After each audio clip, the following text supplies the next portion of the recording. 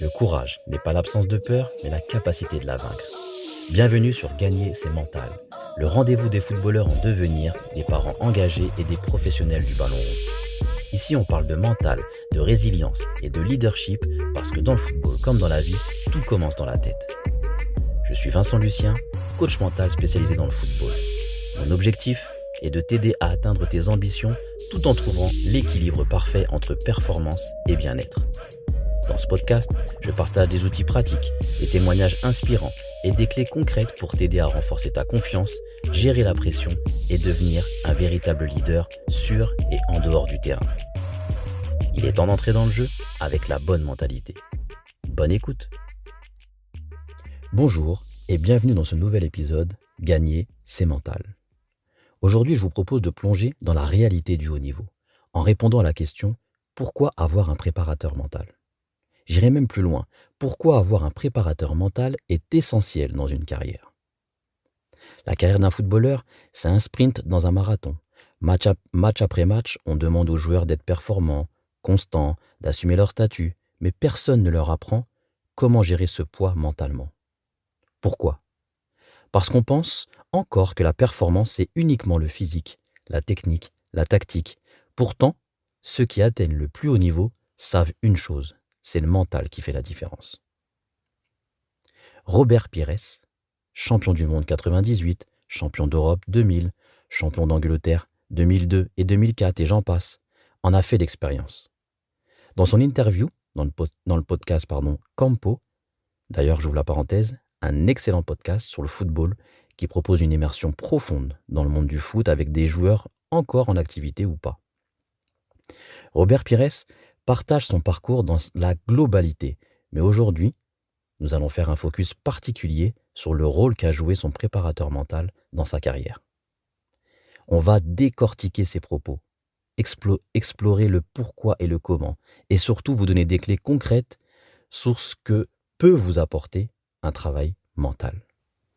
Allez, c'est parti. Je vous propose de décortiquer les propos de Robert Pires et d'y apporter mon analyse. Je me souviens quand tu étais à Marseille, tout avait pas été rose, avait pas été parfait.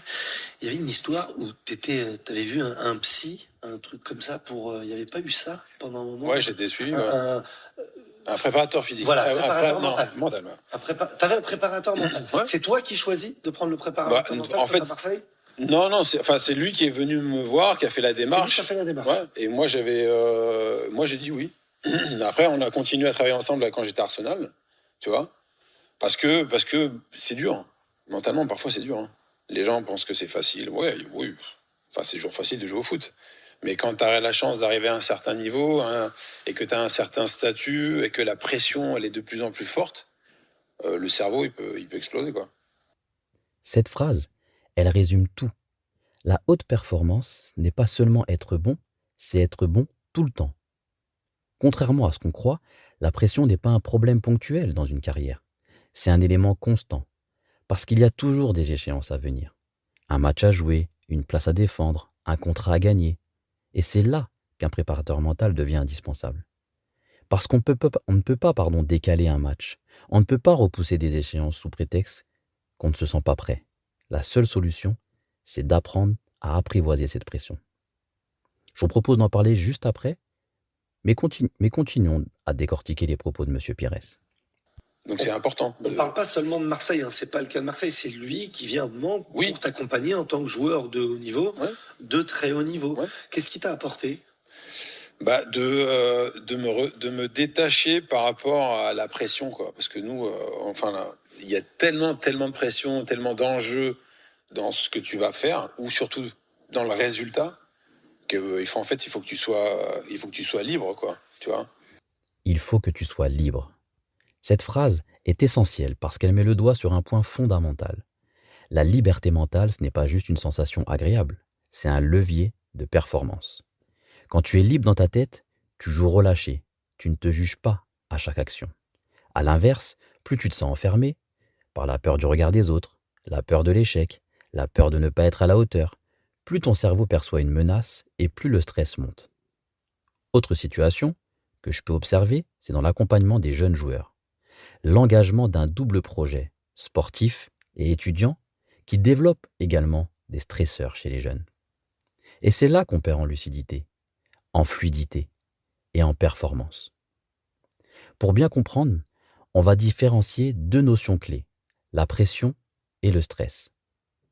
La pression, c'est externe, c'est ce que l'environnement nous impose, les attentes du coach, les supporters, les médias et parfois même l'entourage. J'en parle dans mon épisode 2 d'ailleurs, petit clin d'œil. Le stress, lui, c'est interne, c'est notre réponse face à cette pression. Et cette réponse dépend de notre perception de la situation. Prenons un exemple concret. Imagine un joueur qui rate une passe clé en fin de match. Comment va-t-il réagir? En fait, tout va dépendre de son interprétation. C'est là qu'intervient un outil que j'utilise avec les joueurs. Je l'appelle le schéma mental. C'est un processus visuel en 4 étapes qui décline le schéma de pensée d'un sportif autour de ses déclencheurs émotionnels. Dans une situation donnée, il y a 4 éléments clés qui s'enchaînent. Premièrement, il y a le déclencheur émotionnel. C'est l'événement qui va provoquer une réaction. Exemple, une erreur en match, une critique du coach. Deuxième point, il y a la pensée associée. Qu'est-ce que je me raconte? Je suis nul, je vais perdre ma place. Ou versus, ça peut être, c'est une occasion de me rattraper.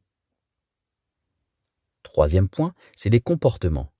Est-ce que je me crispe, et je me cache, ou je reste engagé dans le match? Et enfin, quatrième point, c'est le résultat final. Soit je me coupe du jeu, soit je continue à performer. Et là, dans ce que je viens de vous présenter, on est vraiment dans une boucle mentale qui peut être soit vicieuse pour le joueur ou vertueuse. Et quand justement je travaille avec un joueur, je déconstruis ces schémas pour les remplacer par des réactions plus adaptées et maîtrisées, donc vertueuses, avec une intention forte de rechercher de la liberté mentale, comme le précise Robert Pires. Allez, continuons de décortiquer. Après, moi, surtout Arsenal, j'ai eu un moment difficile parce que j'étais en instance de divorce, donc tu vois, c'était compliqué, j'avais pas cette stabilité, je pensais à ça, enfin bref. Et lui m'a beaucoup aidé dans le fait de pouvoir parler à quelqu'un, tu vois. Parce que le souci, c'est que en fait, on garde tout, sauf qu'il faut pas le garder. Les choses, il faut les dire, il faut se libérer. Et en fait, quand tu parles à quelqu'un, et donc cette personne-là, en fait, ça m'a fait du bien, quoi.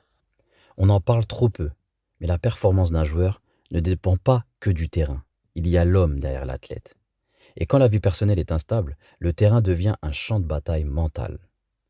Ce que décrit M. Pires, c'est un mécanisme bien connu en neurosciences. Il existe 3 stades au niveau du stress. Vous en avoir marre de mes points 1, 2 et 3. Je suis désolé, mais c'est en même temps un moyen pour vous de mémotechnique de bien mémoriser. Le point 1, c'est l'alarme. C'est un événement survient, et l'organisme se met en alerte. Il peut être mineur ou majeur. Dans la situation que nous présente Robert Pires, on voit bien que nous sommes confrontés à une situation majeure, avec, on imagine, un impact émotionnel très fort. Le deuxième point, c'est la résistance. Le joueur compense, tient le coup, mais à quel prix? Dans ce cas, vous n'avez pas le cadre vous permettant de vous exprimer sur ce que vous vivez. Vous pouvez par exemple avoir comme comportement de vous replier sur vous-même, on garde tout, comme le précise M. Pires, ou d'avoir cette croyance forte que vous pouvez gérer cette situation seul, jusqu'à d'arriver au 3e stade, qui est l'épuisement. Ça dure trop longtemps, c'est la chute, blessure, méforme, voire burn-out. Là encore, l'enjeu du travail mental, c'est d'aider le joueur à identifier à quel stade il en est. Parfois, il est déjà trop tard. La clé, c'est la prise de conscience. Sans elle, on subit le stress. Et c'est là que les performances s'effondrent. Allez, autre clin d'œil, je me permets, en même temps c'est mon podcast. Faites appel à moi pour ce type de sujet. Allez, scrutons le dernier extrait de M. Pires. On dit pas ça dans le vestiaire quand on est joueur. Vous parlez jamais de ça. Non, c'est Thierry qui en a parlé. Thierry Henry, dernièrement, qui a parlé de la dépression, de la difficulté mentale, de ces choses-là. Oui, mais parce que les gens... vous avez arrêté votre carrière. Enfin, non, pas toi, t'as toujours pas pris ta retraite, mais... Mais non, mais c'est pas parce que les gens n'imaginent pas la pression qu'on a. Les gens n'auraient qu'une chose, c'est combien tu gagnes, quoi. C'est ça qui les intéresse aujourd'hui. Ouais, mais vous pourriez en parler entre vous, Non. entre joueurs. Non, t'as l'ego, tu peux pas parler. Non, tu peux pas dire, non, t'es fou, toi. Toi, je vais te dire, ouais, non, ça va pas, non, j'ai un mal-être. Mais non, t'es fou, toi. Tu veux faire le mec sûr de toi, fort. Alors que, pas du tout. Et tu peux pas te dévoiler, en fait. C'est pour ça que t'en parles pas. Et le fait d'avoir quelqu'un comme ça, ça te permet, en fait, de te soulager, quoi. Parce qu'il faut libérer la parole, quoi. Mais dans le vestiaire, non, t'en parles pas dans le vestiaire. Jamais, jamais. Même un proche, un partenaire proche, même... Non, parce que, non, c'est pas possible. Il va en parler. Il va en parler.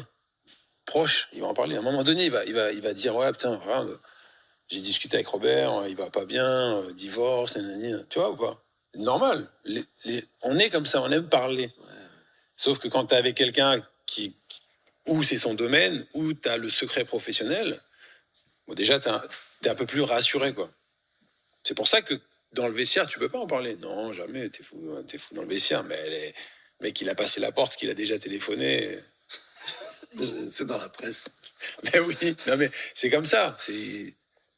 Tu peux pas changer les gens.